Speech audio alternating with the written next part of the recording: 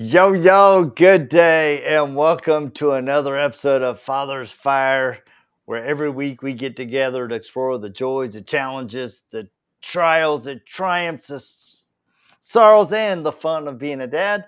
And man, I say that we do this every week, but this year, kicking off in 2025, has been so crazy insane that I've actually missed a couple weeks, which is really bothering me. And I actually got a private message from a friend that actually I knew him when he was in high school. And they reached out to me, said, "Hey, Jody, I've been listening to Father's Fire now, and I'm up to like episode 31." And he goes, "I'm not a dad, but your stuff is really impacting my life." So that was an added spark to get back on track and have some conversations that help and ignite the fire within us to be better men, better husbands, to be better fathers, and ultimately have an impact on those in our circle. So, dudes, I'm super excited. I have an amazing guest with me tonight. His name is Tommy Trenton Jr. He runs an amazing detailing shop with his beautiful wife. It's called Nitpicking Detailing. So, welcome, Tommy. Super excited to have you, man. What's up, man? Thank you, Jody. This is cool. I think I'm going to enjoy this. I hope you enjoy it. I'm going to. I Dude, promise. dude, I love it. And you know what? Maybe what I ought to do. I think this is my third year running the podcast, and I know that there's new listeners. You're new to the podcast, so let me give you some background as to why and how come I started this podcast. Okay. Years ago, I was listening to a podcast about fatherhood, and I was listening to these two hosts. They were talking about their experience with their dad, and one's experience was absolutely horrible. It was abusive, there was addiction involved. And then the other dad was like completely absent. He didn't know his dad. He tried to connect. His dad didn't really have any interest. And I'm listening to this. And as I'm listening, I'm realizing that there's a very strong narrative in the community, in society, that men are either deadbeats, they're addictive, they're abusers, or they're absent. And I'm like, oh, look at that beautiful girl. That's April. So, hey, April. So I'm listening to this and I'm like, man, that was not my experience. You know, I had a great dad. I'm the oldest of 8 kids. My dad was in the Navy. So we were a yes, sir, no, sir, salute, sir kind of family. And I'm like, there's got to be other men who have had good experiences with their father. And I'm like, can I share some of the lessons that I learned with my dad? Can I share the lessons that I've learned as being a dad of 6 kids? Judy and I had 4, and then we adopted 2. God brought 2 to our home via adoption.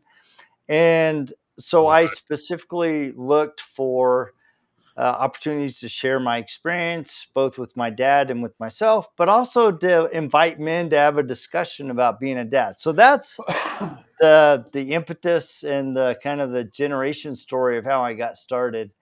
And I just have a deep passion for being a father and trying to inspire men to be better men and better fathers. So that's the background. And it's been quite the journey. And sometimes I look back and I've had some interviews with my own kids. Those are really fun. Yeah, And I've done a little bit of that. yeah. So let's talk about your family. Tell me about your family makeup. So, starting with mine or starting with me as a kid. Starting with you and your wife. All right. So we got 4 kids. Me and Julie have been together for 20 years this year. And right, I got that right, babe. Yo, don't quote me on the facts, okay? I'm gonna try my best. Just don't ask me for birthdays. No. Okay, so we've been together 20 years. We were together. We knew each other 3 years before that, so we've known each other for 23.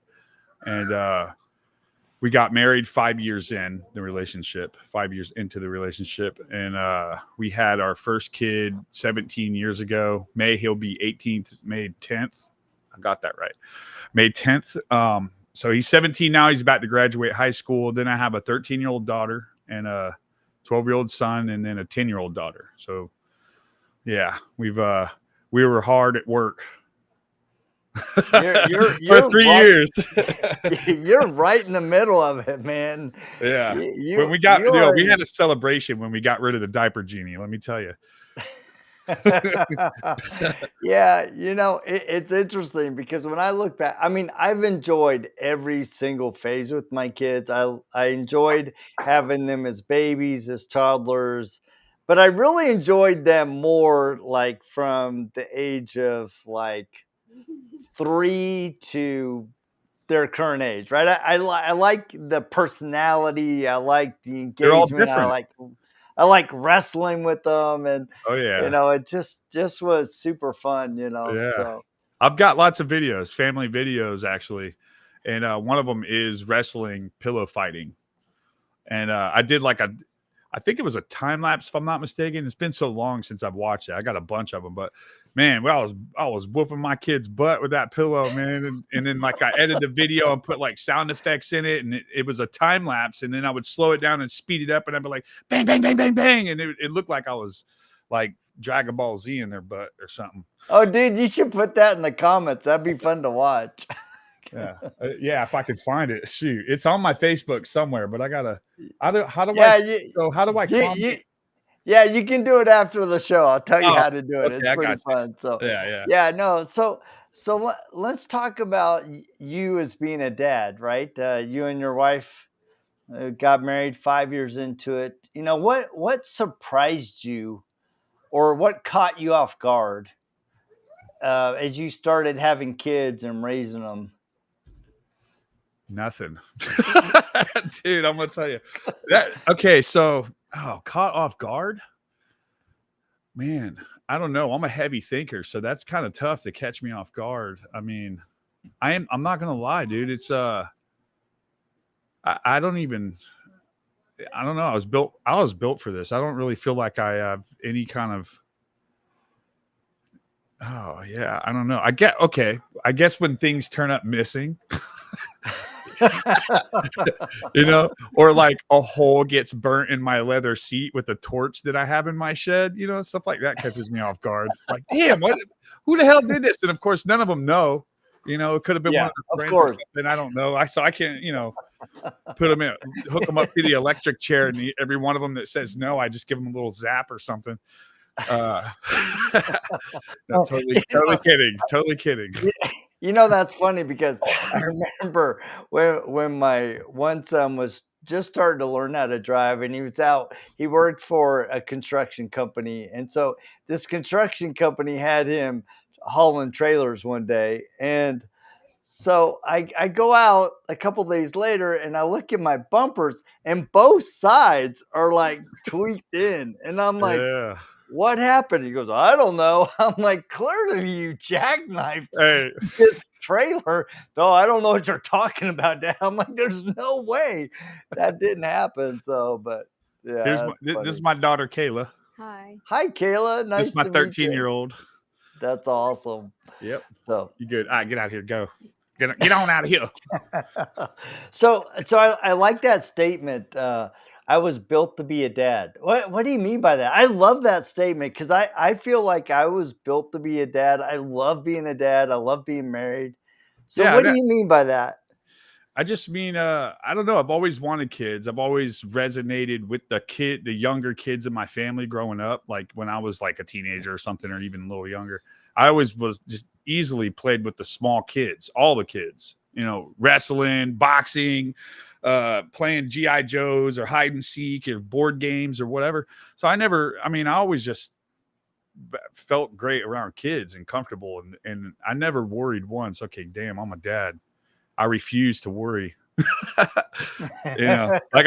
just have that ability. I think I worry about other things more than being a dad. It's just, I don't know. I feel like it just comes natural. I don't know how to explain that. I just feel good. Like I was always told that I'm going to pay 10 times with my kids for respect, because I was pretty bad. I was a good kid. I always had a big heart and I always had a lot of love in my heart, but I was a real pain in the butt.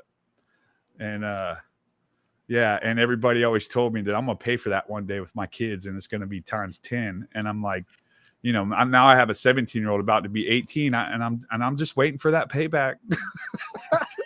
Well, that's good, man. That's good. Yeah, you must be doing something right. So talking Personal about doing some, development, personal development for myself and, yeah. and my wife So too. let's what does that look like for you? Studying, learning that my thoughts is what creates it creates problems, and it creates success. It creates negativity and positivity, and just being more aware of that, because I knew nothing about why are my thoughts so everywhere, and what am I thinking about? It's creating what I'm doing, what's happening in my life. So over the years, I just did personal development, like Bob Proctor stuff. Um, uh, and I don't know. I like listening to motivational things, deeper. I'm a deep thinker, so it feels like my thoughts, period, and I've never thought that being a parent was hard, or it's going to be hard, or I'm going to have hell to pay. And I always feel like somebody tells me I can't do something, I'm going to do it. Now I'm going to do it even better. And it's the same thing with my kids. Like, oh, they're people, my family can't believe it. I'm telling you, like, like my aunts, uncles, cousins, brothers, sisters, that you would never think like the biggest problem child in the family is going to have a happy setting no matter what. Even through the hard things that we've been through, we've always made it and come out better than where we were when we were going through something hard.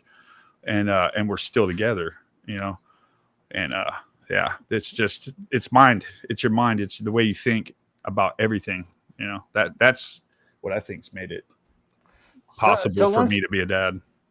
let's tap into that, right?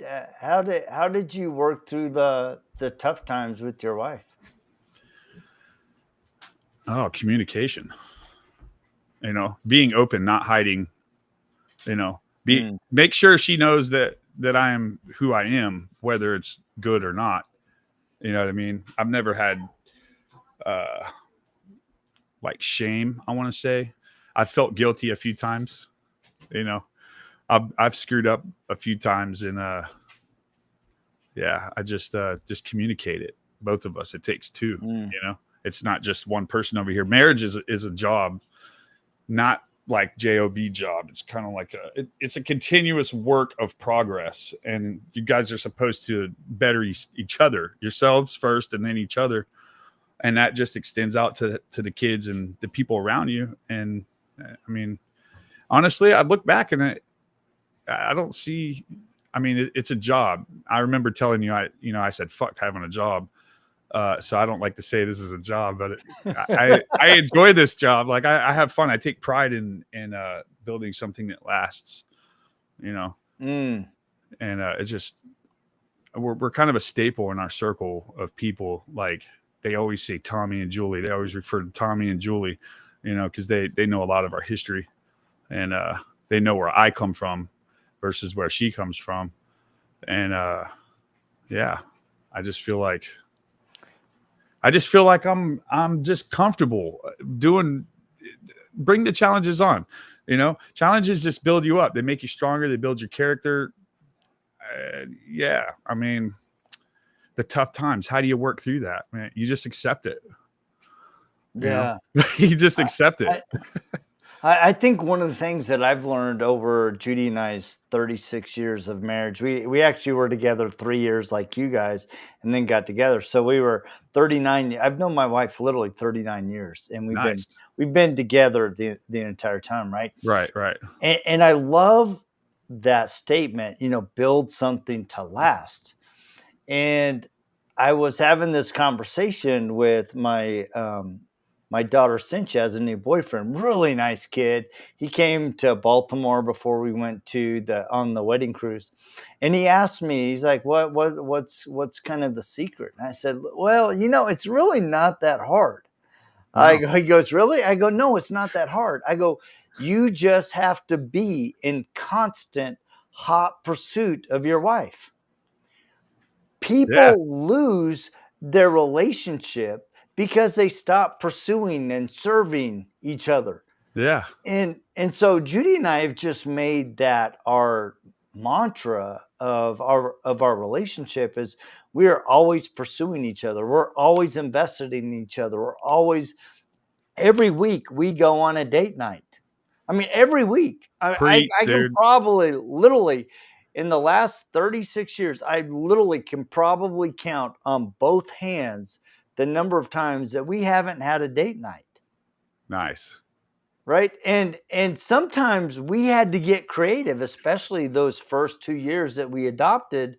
There were some emotional needs that had to be met in our family as Yeah. we brought our children together. We brought our family together and extended those bonds of love and trust. Yeah. And Yeah. and we had to get creative. I mean, some nights we had our date night in the safety and beauty of our master bedroom. We Yeah. would make cookies or make milkshakes, and we would come in and we would play games together. We'd watch a Yeah. movie together. And dude, it's like you look back and you're like, yeah, those were tough times, but they were also refining times Yeah. because the same fire that consumes can also refine. It just depends on your attitude and your commitment and your dedication to one another. Yeah. Yeah. That's right. Attitude's a big thing. But your attitude, the way you think, it's reflected through your attitude and your actions and things you say and stuff like that. So that's why it always starts with the thinking. Yeah. It'll come out. You'll see over time. You'll see how somebody's thinking without them saying a word. They don't even have to say anything. You can tell how somebody feels just being around them. You can almost feel it too. Yeah. So you mentioned about being the troubled child as a kid. Uh or the problem child. What was your relationship with your dad like? Oh, it was actually good. I mean, my dad's Southern, so I've had my ass whooped a few times. Needless to say, he used to give me an option. You could be grounded or get your ass whooped. And I would literally tell him, whoop that ass because I ain't being grounded.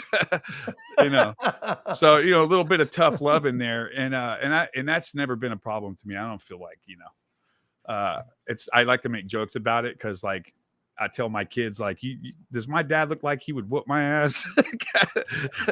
Hey, trust me, he used to. And they look at him like, I don't believe it, because he's just this kind old man now, and very calm. And yeah, problem child. God, yeah. My dad was my baseball coach for 7 years. He always made sure I had amazing holidays and birthdays, and he communicated a lot about love and understanding and respect and stuff like that. The turning point was after he got with my evil stepmother, who they're not together anymore, thank God. And when I say evil, that's a dive for a whole nother podcast. Yeah, we don't need to get into all of that. It is absolutely. We should have another episode just on that because I think one of the challenges a lot of families have is how do you blend families, right? And I was willing to blend. I was the guy. I wanted to blend. Yeah. My mom left when I was 1.5. She was a drug addict, alcoholic, bipolar disorder. And the reason why she left is because she tried to commit suicide when I was a baby, when she was watching. They had an argument. My dad left me there with her. He comes home. He can't find her. He's there for like an hour. She comes in the front door with me in her arms, and I'm covered in blood. She didn't hurt me, but she did that with me, And there's a lot of underlying issues that I recently have been told the truth about this actually in the past year. I can't remember exactly the date, but within the past year, I learned this. Like, where does my anger come from? Where are these feelings that I can't figure out why I feel this way? Where's that coming from? And it's all gone now. I feel freaking fantastic just knowing the truth about something really sets you free. But so like my childhood was good with my dad. She decided to leave. He raised me. I had some good neighbors, and they helped watch me when he had to go to work or travel, or he needed his time alone, go hunting, camping in the woods for a week or something, and playing baseball and driving go-karts and doing BMX. He took care of me. He did a damn good job as far as I'm concerned. until he got with this woman. That's for a whole nother podcast. Because all right, we'll save that for round two. yeah, I really I appreciate the candor of that.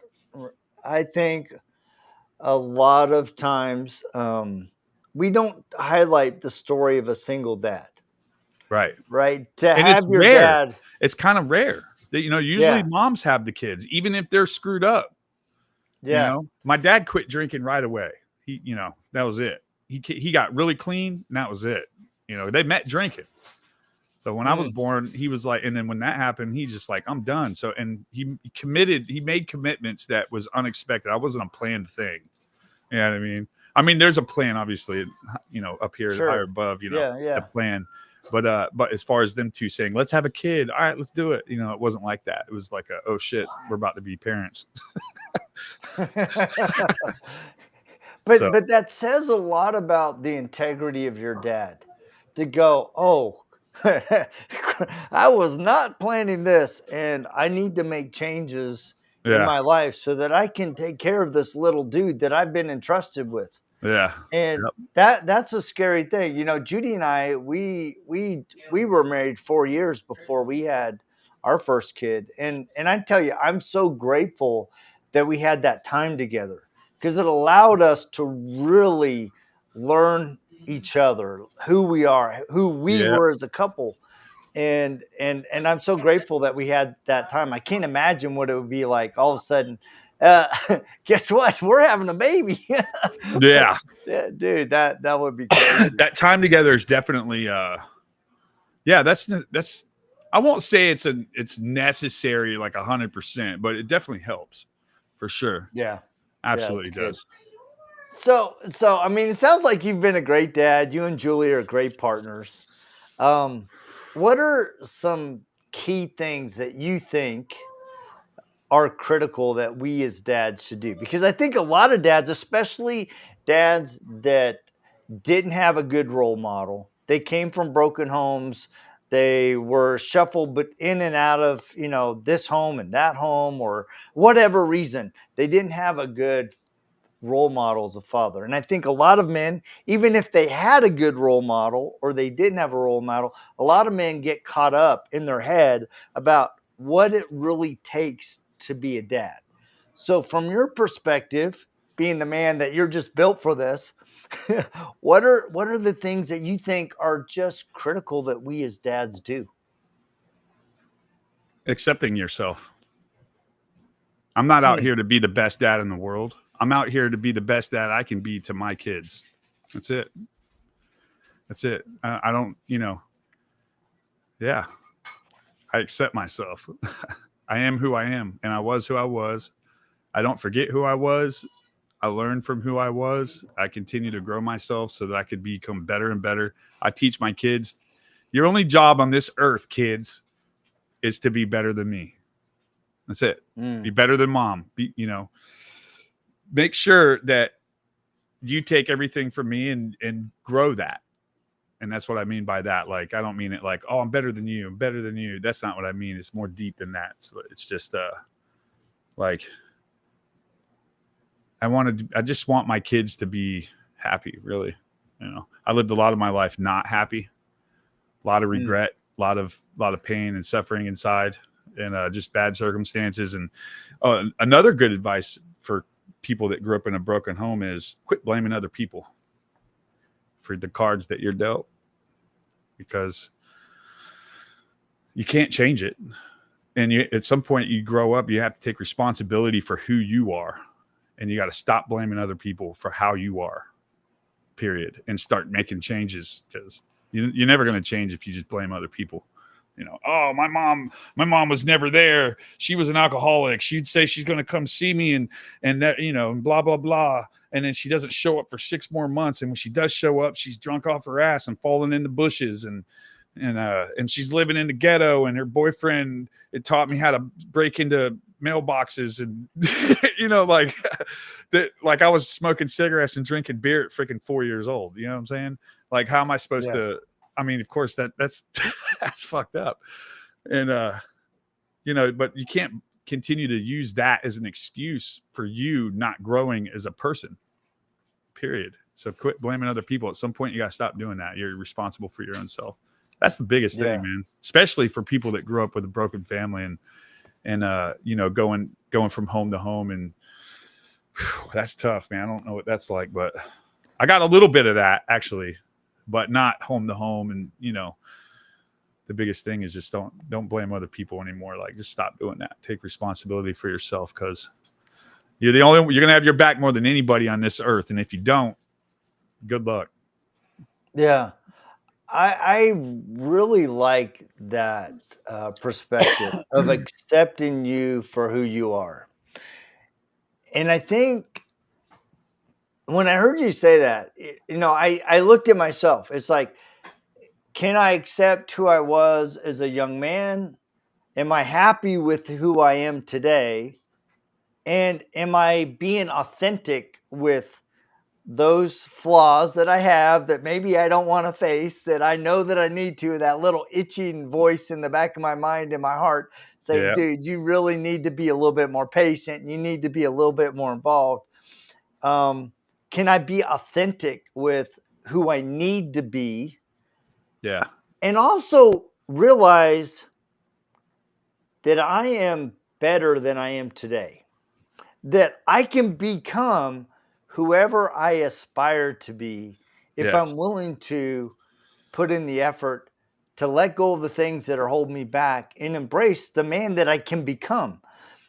And I think a lot of times we get in our own way because we judge ourselves from the past, and we don't give ourselves the credit, the grace to go, all right, this is where I am today, and I'm going to build from here.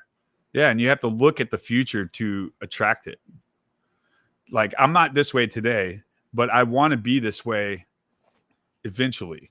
So you focus on that. If you focus on the past, you're just going to be in a circle going right back to the past, and you're never going to change.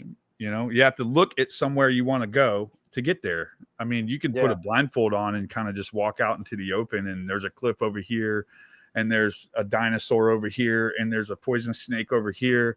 And then, you never know where you're going to end up. But if you have a vision, if you can clear your head and just look at just one step at a time, look that way, you'll go that way. If you look that way, you'll go that way. I think a lot of times we get caught up with, we're not good enough today.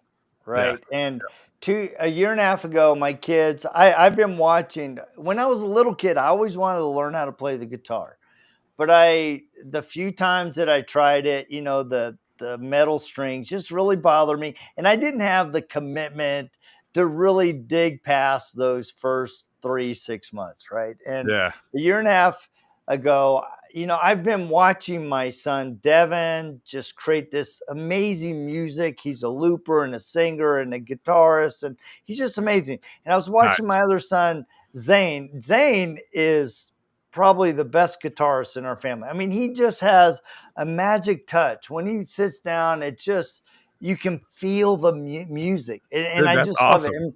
And my son, Christian, he's good. And I'm like watching my kids, I'm like, dude, I want to play the guitar like that, right? So a year and a half ago, my kids gave me a acoustic guitar for Father's Day. And dude, I have been diligent.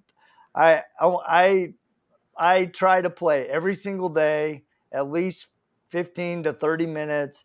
And I just pick. And it's, when I first started out, I was really frustrated. I couldn't get my fingers curled right, or I'd play the sounds would either be twingy or numb or whatever. You wouldn't push the thing down on the fret right, and it would go. Yeah, and it's just right, and it's just like, but it's like I've gotten to the point now where it's like the kids are going, wow, Dad, you're actually starting to get it, right? So now you hear me playing and you can actually recognize the song.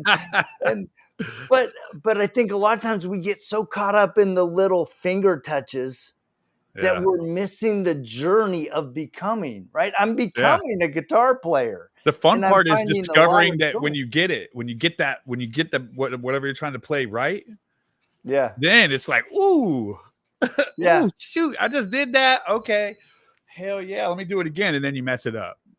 Yeah, exactly.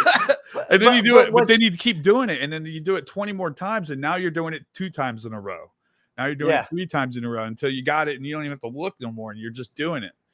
Yeah, yeah. the And journey. and Yep. and it's fun because it's like now it's like I'll hear a song and I'm like, "Oh, I like that underlying guitar." So I'll go pick it up and it's getting easier to start a new song, Yeah. Yep. right? And I've I got a think if couple we guitars here. well, I can tell. I got a minion bass and I got an electric jazz master That's that I awesome. I learned how to play it pretty quick, and then I put it down pretty quick, and I started doing loops and sampling and stuff like that, which is this thing right here with the little. Yeah, that's awesome. But yeah, no, I got instruments down here. I got a didgeridoo. You ever seen a didgeridoo? Yeah, yeah. I like That's blowing in that awesome. thing, man. I come out like the freaking Lord of the Rings. That's awesome, man. Yeah, but I love that analogy because I think a lot of times when you're playing music or walking through life, we hit a discordant chord. We hit it and we're like, oh man, that happened in my life, dude. I'm derailed. Man, why did I fail again? Why did I mess up? Right? Instead of recognizing that some of the music, especially when you listen to jazz, is like some of the best parts of your life is when you mess up, when you have to go back and go, all right, how do I take this moment and turn it into something beautiful? Oh, that's why I do music right there. I can go back and listen to it, and the way I Mm. felt when I did it is a time capsule of my feelings when I made it, and it's a constant reminder every time I listen to it. I have hidden messages inside the music, and I know where they're at, so it just reminds me. I love music for that. You just stuck a You- chord, man. Dude, but think about this. How many times do we as dads, after we've had a moment, whether it's been an explosive moment or a sweet and tender moment, when have we taken the time and pondered on what happened and go, man, I was feeling this kind of way. And what caused me to feel that way? Was it because I overacted? My pride got in the way? Was I impatient? Yeah, Or man, what happened in that moment that made me really feel a connection with my kid? yeah, And I wonder if we would take the time to really sit back and analyze those moments and go, man, I dude, I need to do that again so that yeah, I can recapture that. Or, dude, I need to not do that again so that I avoid this situation. I yeah. I mean, do that often. I do that how much often. better would we be, right?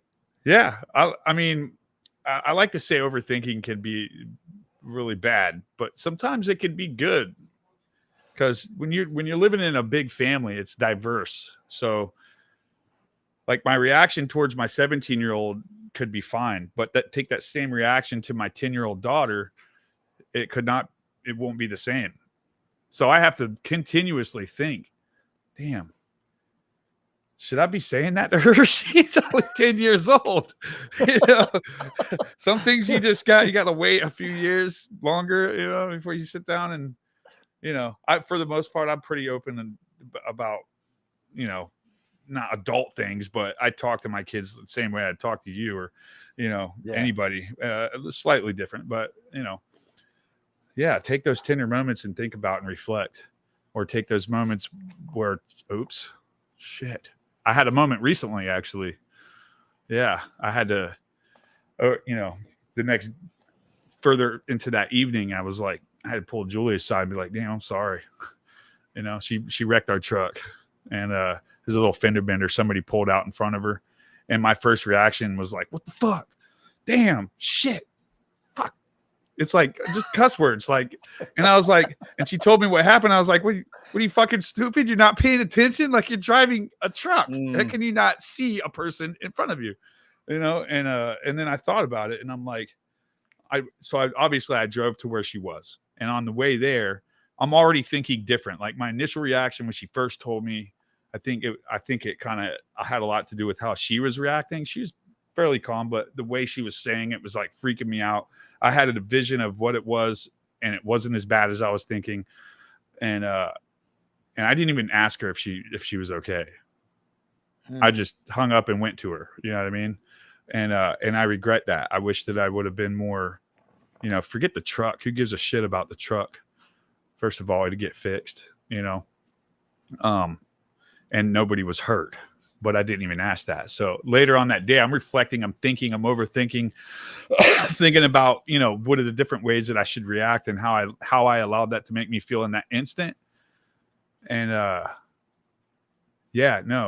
think, I had to apologize. I mean, it wasn't like real bad or nothing. I just said, I just basically said, what are you, stupid? You're not paying attention, and that's just not nice. You don't say stuff like that to your wife. If you care about how she feels, then you don't say that. She was freaked out. She just had an accident. I should be a little more on her side, not the truck side. You know what I'm saying?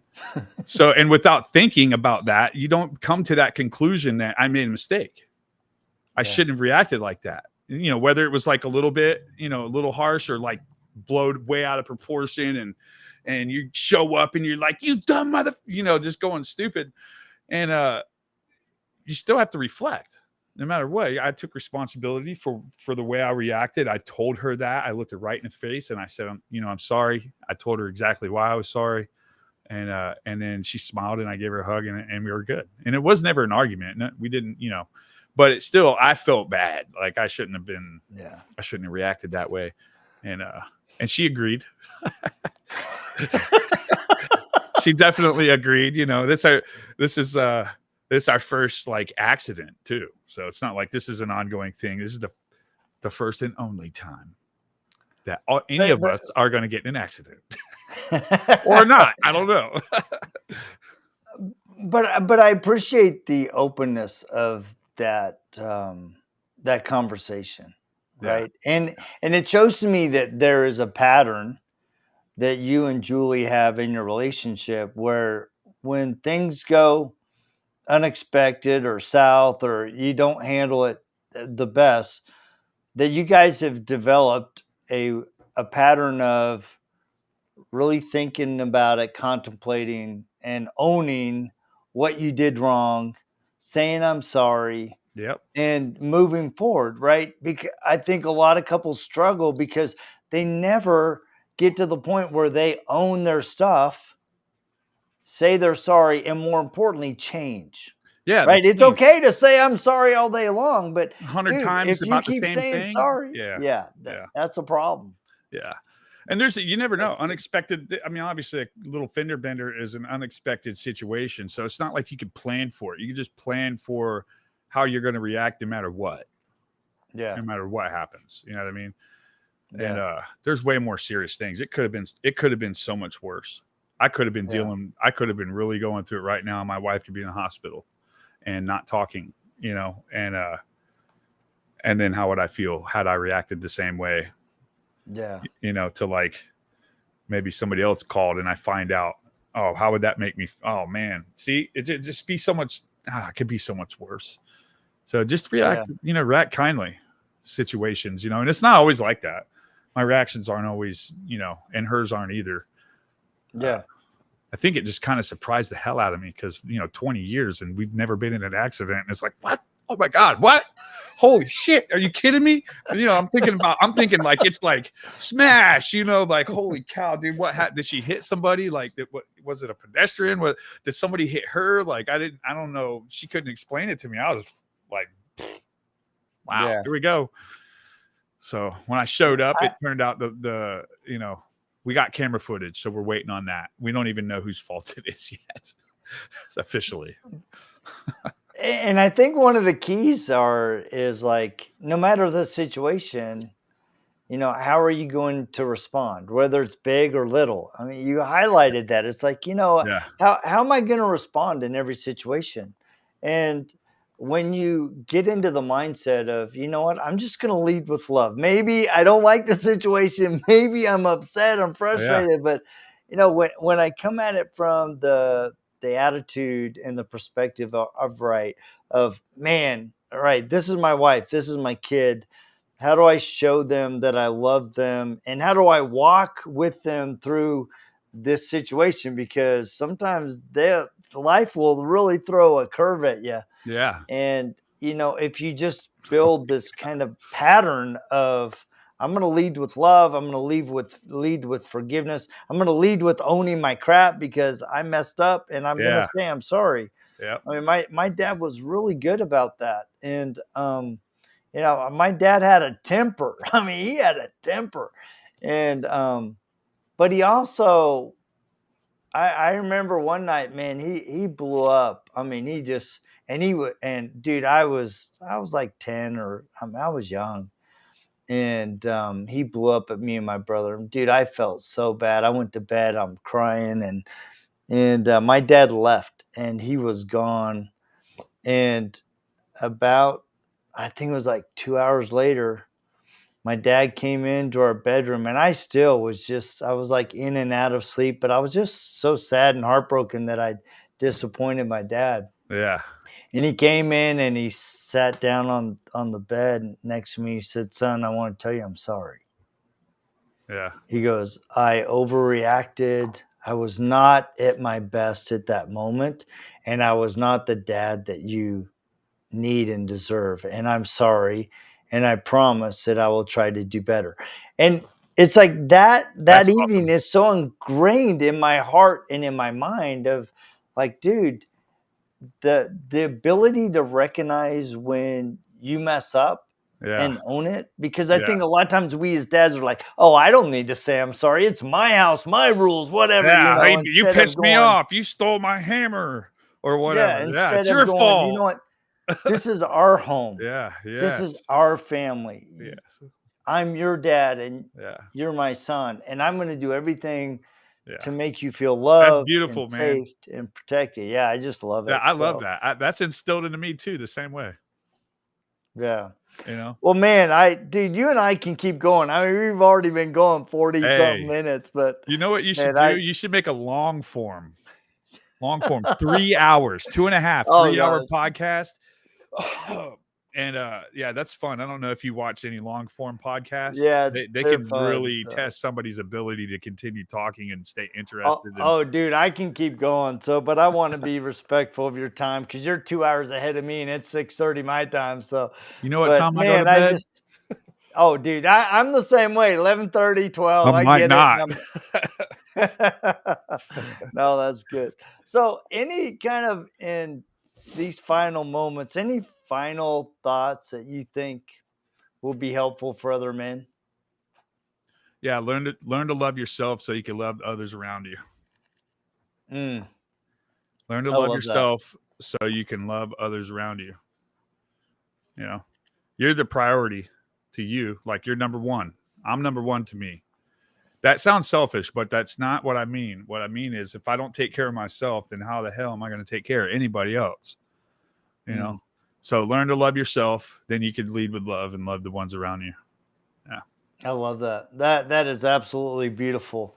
Man, Tommy, thank you so much for taking the time and jumping down this rabbit hole with me. I've really enjoyed the conversation. Yeah, me I too. got Thank you, man. Yeah. Shoot. No, it's good, man. We'll definitely have to do round two and get into the Wicked Witch of the East. The nitty gritty of it. Oh man. Look, dude, this So, could be an ongoing 10, 12, yeah. 15 episode thing. I got a ton of stories. I got that. I might even learn something from it about myself. You know, Well, that's I'm, good. Let's do a round two, man.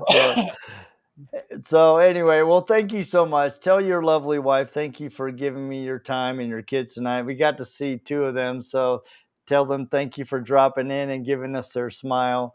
Guys, thank you guys so much for tapping in and listening. Please go out and subscribe. I'm on YouTube, Spotify, Apple Podcasts, all the places that you can listen. It's Father's Fire. There's almost 300 episodes now. It's hard to believe. It's like almost 300 episodes. wow. So, and if you haven't picked up my book, But How Far Must I Go? A Journey in Faith, go check it out. It's on Amazon. My good friend Giancarlo and his mom are actually translating it into Spanish for me because I wanted to have a native speaker really capture the feelings of my heart. And it's been great. I'm actually writing a follow up to this. And so it's a fun journey, and it gives me some things to ponder and think deeply about, and try to articulate in a way that I hope and inspires and helps people on their own journeys of faith. So thank you so much. It's on Amazon. Thank you, Tommy, once again. And Thank you you. guys, you guys, thank you so much for tapping in. And we will check you same time, same bat channel just next week. See ya.